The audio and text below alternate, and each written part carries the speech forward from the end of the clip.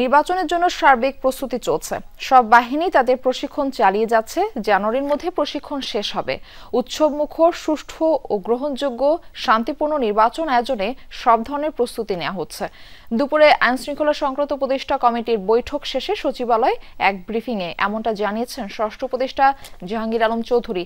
জানান, নির্বাচনের সময় আইনশৃঙ্খলা বাহিনীর বডি ক্যামেরা থাকবে। প্রতিটি কেন্দ্রে বিদ্যুৎ যেন থাকে সেটা নিশ্চিত করা হবে।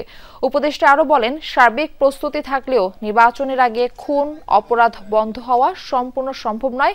এ সময় রংপুরে মুক্তিযোদ্ধা ও তার স্ত্রীর হত্যাকাণ্ডের ঘটনায় জড়িতদের খুঁজে বের করতে কঠোর নির্দেশ দেওয়া হয়েছে বলে জানান স্বরাষ্ট্র উপদেষ্টা।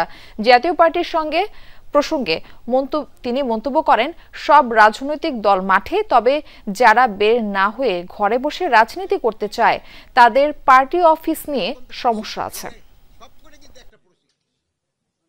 সবকটা কিন্তু একটা প্রশিক্ষণ কিন্তু একটা ছোট্ট একটা জিনিসটা একটা শব্দ না, এটা একটা বিরাট বড় একটা এরিয়া। বডি ক্যামেরা তো কিনা হচ্ছে, বহু আগেই বলছি। রংপুরে যে আমাদের এই কলিগ একজন হলো আছে পুলিশে আর একজন আছে র্যাবে, তাদের এই মা এবং ফাদারকে হত্যা করা হয়েছে। এই জন্য আমরা অলরেডি ইনস্ট্রাকশন দিয়েছি, যেভাবে হোক তাদের যারা করছে তাদের আইনের আওতায় নিয়ে আসার জন্য।